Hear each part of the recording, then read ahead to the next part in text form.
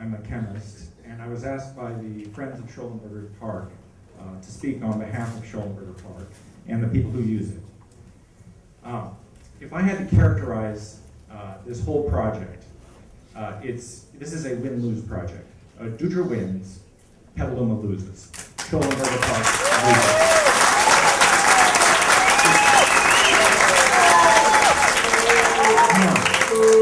Specifically, because the points that have been made about the logistical convenience of this location are all true. It is a logistically excellent site in terms of bringing in the materials, trucking them off on Highway 101. But by locating it upwind of Schollenberger Park, where the prevailing winds, we all know, blow from the west to the east. So the majority of what comes out of that plant is going to be blowing straight over Schollenberger Park. Well, it's already been stated that NOx emissions are going to be above recommended levels. What is NOx? NOx is mixed nitric oxides. What happens when NOx emissions mix with fog that we have about every 3 days? You get nitric acid, and that's what you get to breathe. Okay? NOx isn't just an acronym.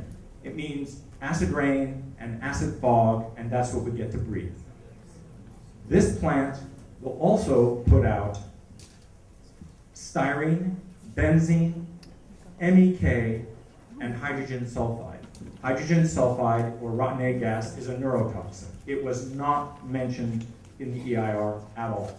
If you go to the website of the Asphalt Institute, the industry journal, and you look in the archives at their magazines, and look up hydrogen sulfide in asphalt, what they'll tell you is that the asphalt producers really don't have a lot of control over how much hydrogen sulfide is there.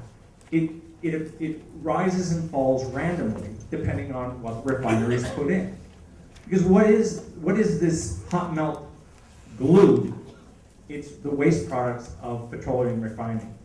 Now, if we're going to burn oil and drive our cars with oil, we're going to generate petroleum waste. And so you could say that putting it in the roadbed is a good place to put it. But the problem is that there are a lot of toxics that come with it. Some of them will be trapped by the filtering that the Dutra proposal puts forward.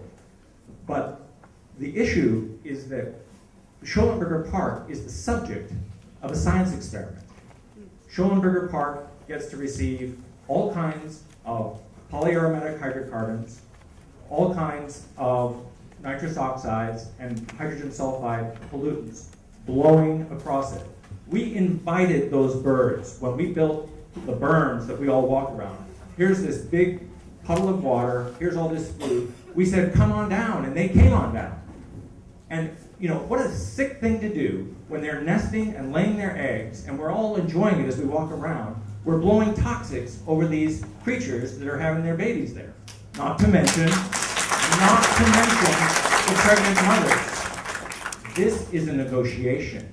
This is not simply a conversation between Dutra and the Board of Supervisors. Yes. This is a negotiation that's going to involve many, many parties, and we will never stop.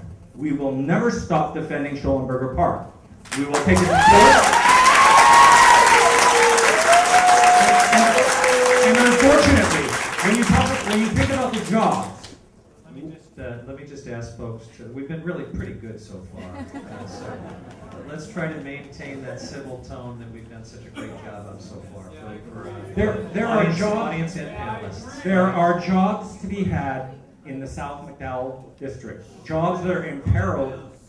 Jobs that are imperiled by this project. I know specifically of a landlord who is trying to rent an empty building to a school, and he couldn't rent it because the school was concerned about the emissions from the impending asphalt plant.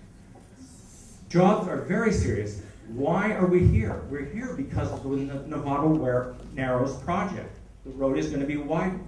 I'm in favor of that. We all use asphalt. We all use roads, okay?